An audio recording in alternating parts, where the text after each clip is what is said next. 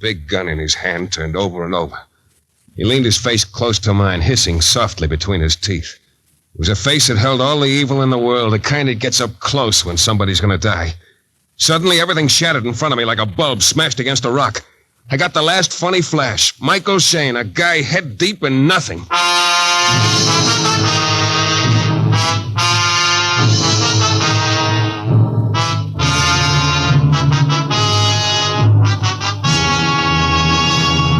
The New Adventures of Michael Shayne, Private Detective. Michael Shayne, reckless, red-headed Irishman, is back again in his old haunts in New Orleans. This is your director, Bill Russo, inviting you to listen to another transcribed episode, which we call The Case of the Crooked Wheel.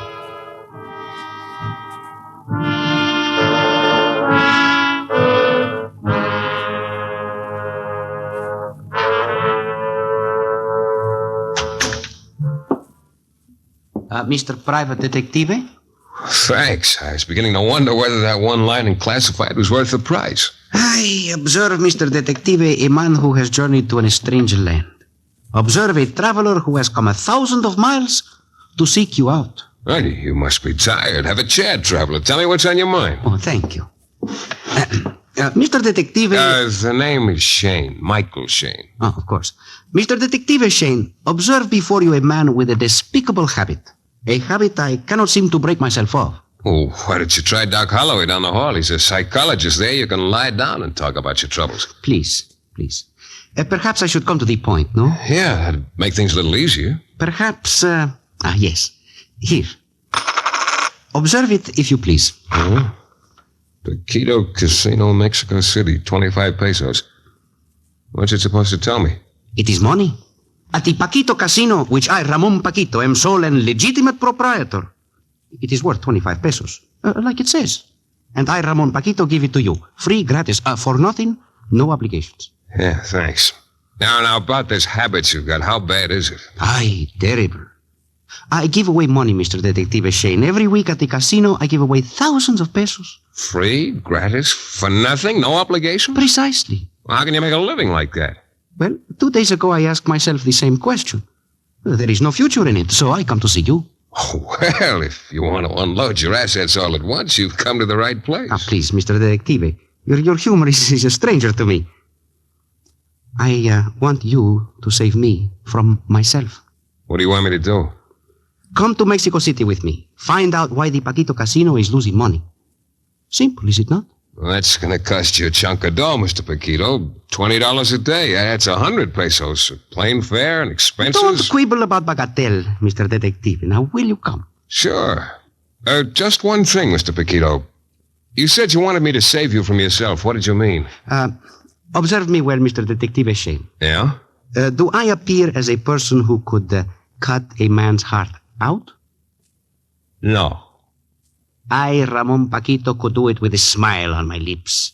Yes, Mr. Detective Shayne, if what I suspect is true, I would whistle a song sentimental while I commit a murder.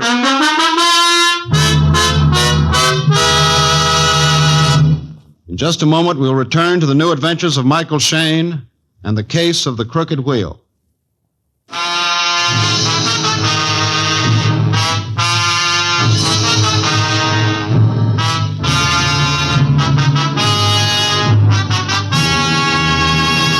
The airplane trip across the Gulf gave Senor Ramon Paquito the time he needed to fill in the details.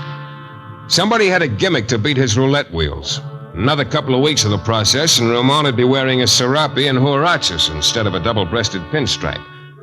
All of which had made him angry enough to want to kill whoever was outsmarting him. We landed late the next afternoon.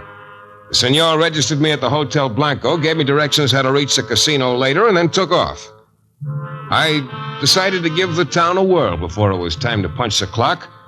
Shops on Avenue Nacional were a sight to see, but I couldn't afford much looking. I settled for a Mexican-style back-scratcher, then wandered down a side street for local color. It was just when I hit the first block of wooden shacks that two things happened. Suddenly, it wasn't daylight anymore, and suddenly I wasn't alone. Picturesque, isn't it? Huh? The guy sleeps with a goat and a flock of chickens, and they call it picturesque. I'll bet a big tourist like you gets a bang out of that, huh? Now, look, mister, Your name's Shayne? No, it's Pancho el Diablo. Take him, Hugo, quick. The shadow that separated itself from a lot of other shadows wasn't quite as tall as a gorilla, but it was a yard wider. It lurched toward me and spun me around. My punches felt like I was trying to bang my way out of a rubber beach ball. And then the thing stopped playing. It hoisted me by the neck off my feet and started to squeeze. A bead of light exploded in front of my brain like a billion nickels. And then somebody had sense enough to pull down the curtain.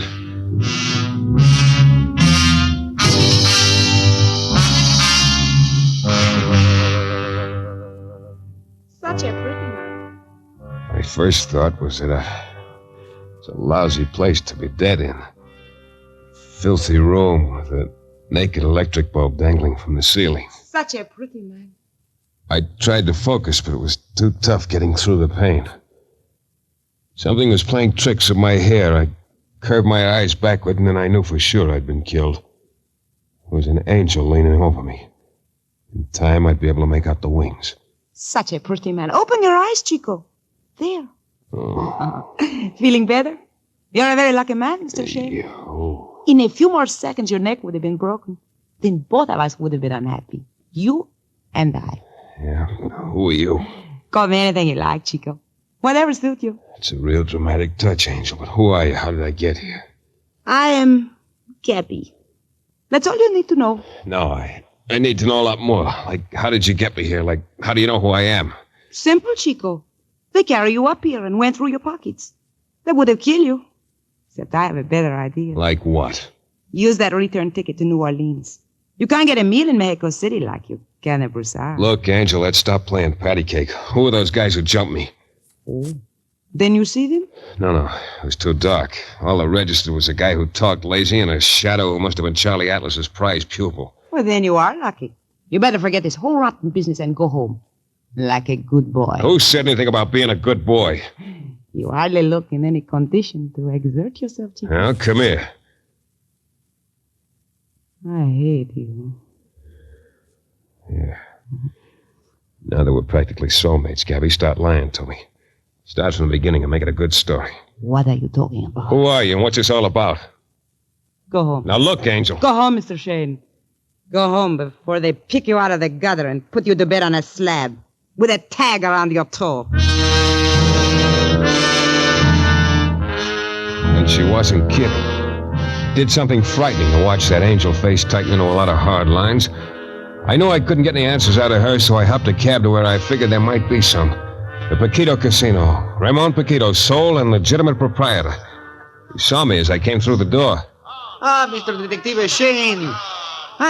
But, senor, you look lousy. Yeah, a couple of transplanted hoodlums felt like playing tag. I was it. Ay, that is very sad. Well, in any case, you see, I have quite an establishment here, Mr. Detective. It would grieve me if I had to part with it.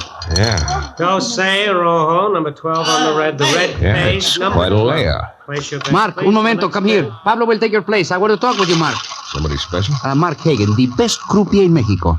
Mark, this is Mr. Michael Shayne, a friend of mine. Hi. Show him around, Mark. Show him everything. Why, sure. I'm glad to know you, Mr. Shayne. You from the States? New Orleans. I leave you gentlemen now. There is much I must see about. Fine town, New Orleans. Sometimes I get a yen to go back there just to see how fine it really is. Is this joint legitimate, Hagen? Oh, it's as square as a box. 21, you hit 16, hold 17, dice, bet them any way you like, with the house or against, and a couple of roulette wheels. They gapped? Did Paquito tell you to ask me those questions? There's a nasty rumor going on around that roulette wheels can be rigged against the house. Yeah, I don't like you, Mr. Shayne. I don't know who you are or what you've got on your mind, but I don't play like that. Paquito is my friend. Okay, Hagen, I'm sorry. So I made a mistake. I tried and I was wrong. No hard feelings. Plenty of hard feelings, Mr. Shayne. I think I'd like it better back at the table. You can look around by yourself. So I did. As far as I could see, nobody was dealing second cards. The dice didn't shimmy after they hit the backboard, and the roulette wheels were giving the house better than an even break. And then she walked in, Gabby. Angel face in an evening gown that wouldn't quit. All smooth and round and cotton candy blonde hair. She stood in the doorway and looked around the room, then nodded slightly to a guy in a fawn-colored dinner jacket that fitted him like a dream. I walked up to her, watched the frown grow at the corners of her mouth. You fool. Get out of here. 10 years ago, I had a vision about a woman who looked like you. You don't know what you're doing. There are a lot of women, Gabby, a lot of kinds of women. I don't know whether I like that or not. You don't scare easily, do you, Mr. Shayne? Not very. Should I be scared? Suit yourself. It's your life. Yeah, and I expect to take it back with me. To coin a phrase, Mr. Shayne, I make book on that. And I'll coin one right back at you, Angel. 5 will get you 10. Hasta mañana, redhead. Only for you, tomorrow won't happen. I watched her sway the path through the ankle-deep rug to the blackjack table. She bought some chips and busied herself with the game. I took a stand at the roulette wheel next to the fawn-colored jacket and watched. Just watched. There was something to see. Men and women expensively dressed with that same look of fascination you see around a cockfight in back of a barn. Cinco Negro, number 5 on the black. Oh, I'm sorry, senor. You placed your money after the ball had settled. The house cannot accept your bet. What are you talking about? I had that 100 peso bill down before you started to spin. I'm sorry, senor, but that is not so. Hey, what kind of a two-bed joint is this anyway? Sure, I had my money down. These people will tell you. The house insists you take back your money, senor. There is no question about the honesty of this casino. Look, now, pay me, brother, before I take this dive apart. You first. There is trouble, Mark. Yes, this gentleman, he placed a bet after the wheel had started. He's talking through his hat, mister. Give me my dough. Your 100 pesos, senor. The bill you laid down on the table. Now, if you please, get out. And he did, too quickly. The big guy folded the bill carefully, winked, grinned, and got out. In another second, I knew the reason why. Fawn-colored jacket was shoveling in a stack of chips from the number 5 square. All according to house rules, except he hadn't bet any chips on the number in the first place. I ducked out of the casino just in time to see the big guy disappear around the corner. I raced down the walk, but he was nowhere in sight. Then, like it says in the correspondence school lessons, I knelt down to look for footprints in the soft grass. You're looking for me, Shayne. Should I be? Shayne, as a detective, you're a phony. You couldn't detect foul play if you came across a corpse in the trunk. Oh, but good enough to figure out that pitch you pulled back there in the casino. Give me your reading, Shayne. What did I do? You and the little man in the dinner jacket. You threw down a 100 peso note with a blue chip underneath it. You get thrown out, dinner jacket collects 35 to 1. You're a pigeon, boy.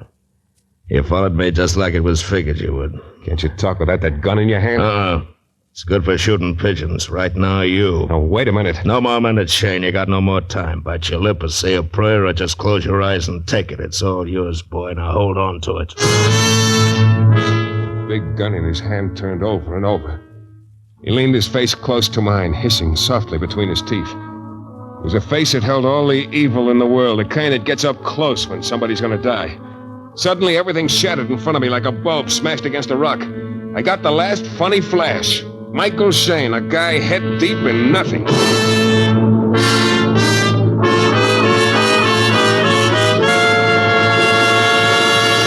In just a moment, we'll return to the new adventures of Michael Shayne and the case of the crooked wheel.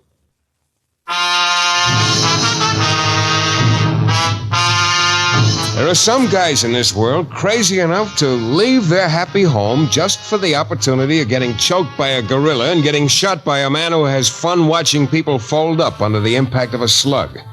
Guys like me, all for $20 a day in expenses. And it started out as a simple noggin job, trying to ferret out who was beating Senor Ramon Paquito's roulette wheels at his casino in Mexico City. Only somebody was having a personal fiesta, having me bounced around. As a result, I was catching the habit of waking up in strange rooms after each current beating.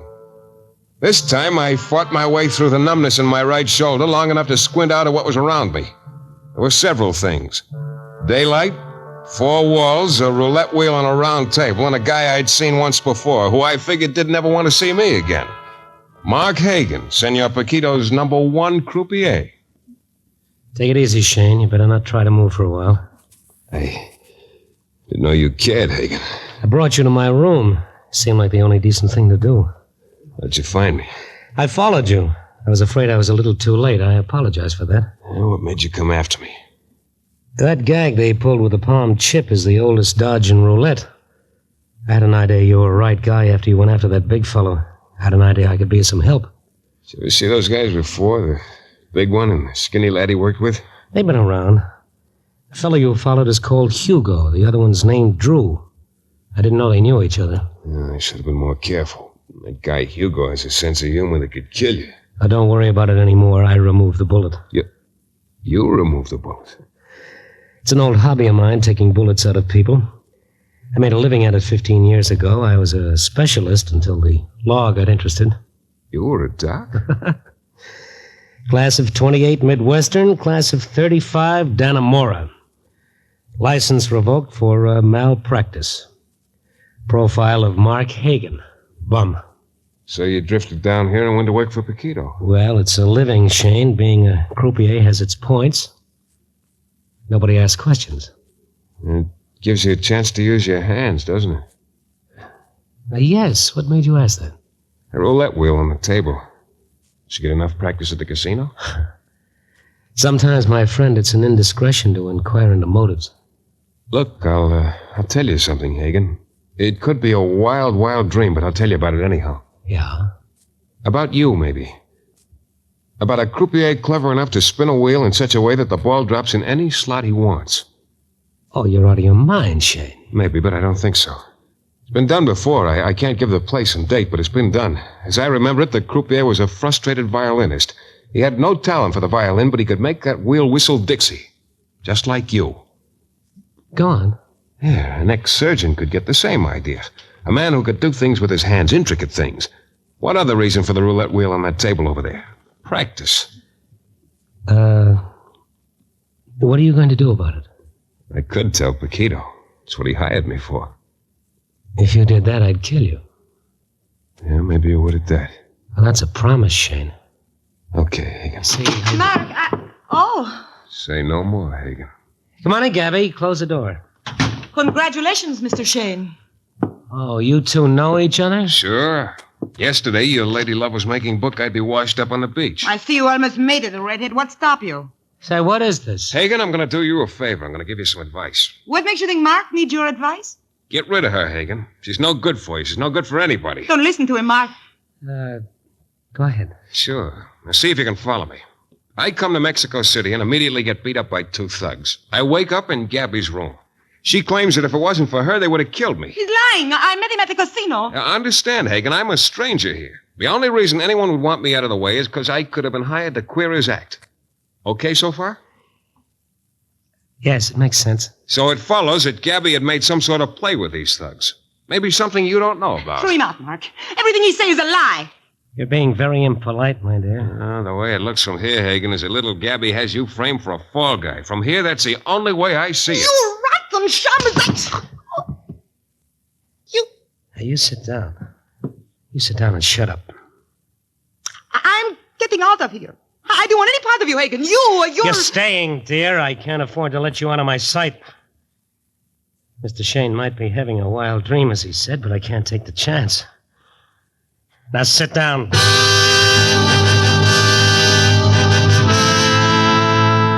I left the happy couple and walked out into the midday Mexican sunshine. Things were beginning to add up. The guy who nearly broke my neck and the man with the gun were the same. That was Hugo. I heard the name before I passed out the first time. And it was an even bet that the lazy talker and the dapper gent named Drew were identical. But for a one-armed detective without a license to carry a gun in Mexico, there wasn't much I could do about either one of them. Well, it was time to go back and resign my job. I couldn't put the finger on Hagen anyhow. So I caught a cab to the Paquito Casino, walked into the senor's private office. Each time I see you, Mr. Detective, you look worse. Perhaps this climate doesn't agree with you. As a matter of fact, Senor Paquito, the time has come to bid a reluctant farewell to the land of Montezuma. Mr. Detective, observe before you a person who is deeply puzzled. Yeah? A few minutes ago, I received a call by telephone from Mark Hagen. He is leaving my employ. Yeah, when? Tonight. Tonight, he will be croupier for the last time at the Paquito Casino. I don't understand why. You tell me why, Mr. Detective. Your guess is as good as mine. Maybe the climate doesn't agree with him either. This I doubt. Mr. Detective, you have observed Senor Hagen. What is your impression as to his integrity? Like I said, your guess is as good as mine. It isn't up to me to guess anyhow. You can mail me what you owe me to New Orleans. I'm quitting, senor. Yes, but why? Every time somebody tries to knock me off, they come a little bit closer. Now, hasta whatever it is to you. Wait. Look, just this evening. Remain here at the casino. This I ask you as a favor personal to Ramon Paquito. I even say please. Listen. Please. Well, I don't know, senor. I don't know what good I can be to you. Well, perhaps no good at all. You just stay here. Observe. That is all I ask you to do. For this, double wages, double expenses. Well... Very well. Triple. Sunday night, triple play. Agreed? Agreed, senor. I will observe. In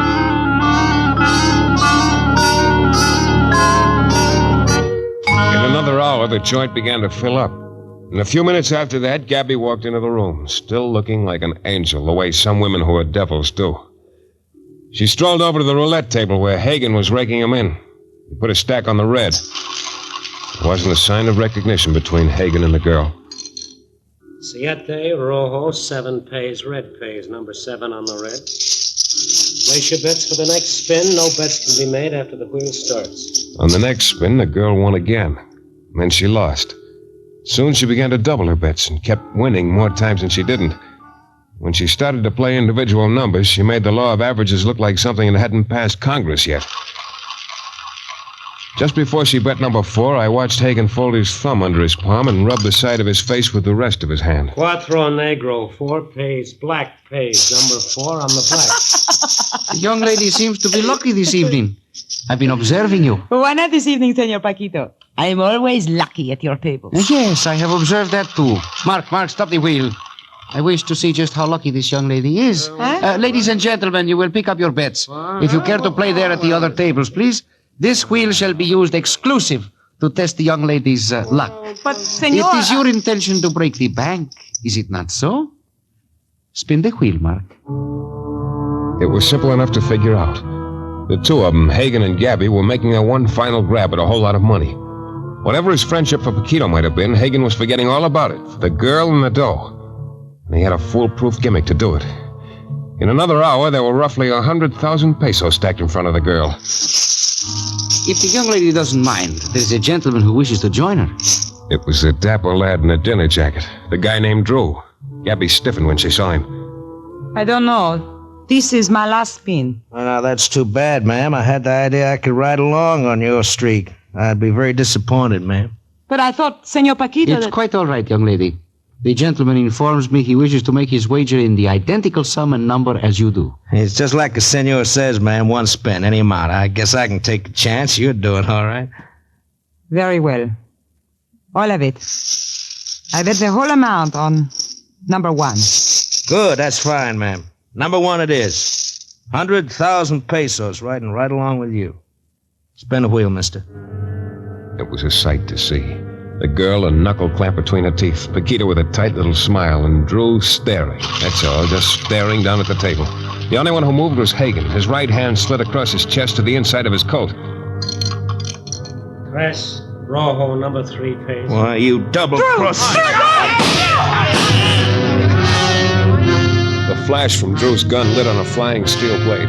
Hagen spun across the room, hammered back by the bullets that tore through his chest. Drew stopped shooting and tried to speak.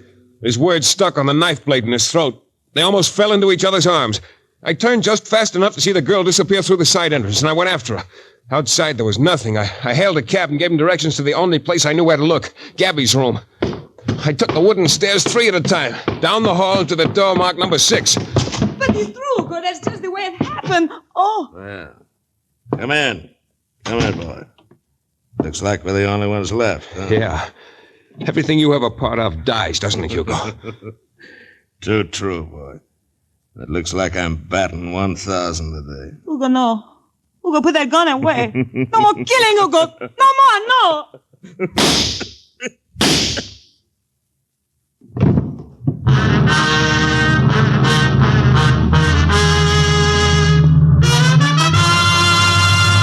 In a moment, we'll be back with a thrilling climax to tonight's Michael Shayne adventure.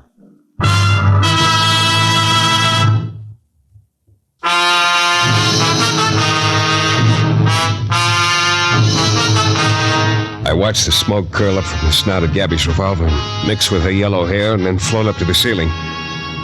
She stared at Hugo's crumpled body, let the gun drop from her limp fingers. I picked it up. Then she stared at me. Aren't you going to thank me for saving your life? Sure, thanks. You killed Hugo to save your own beautiful skin. You are mixed up, Redhead. You killed him because you knew he'd never believe your story about what happened at the casino. He didn't have enough time. Hugo enjoyed killing too much himself, especially people he thought crossed him. What are you talking about? You had a good pitch with Hagen. He could put that ball in any number or color you bet on, but that wasn't enough for you. It doesn't matter now, Redhead. You thought you could double your profits by throwing in with Hugo and Drew. Yeah, maybe you were going to double-cross them, too. I don't know. There's still plenty enough for both of us. Take your choice, Angel. The police or Paquito? We go away together, you and I, tonight. There's a plane out of here in a half hour. We can make it. We're good for each other, Redhead. Listen.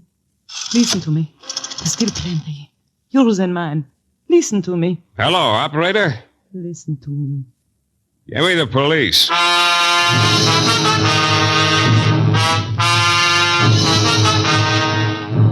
This is your director, Bill Russo, again. Our story is based on characters created by Brett Halliday.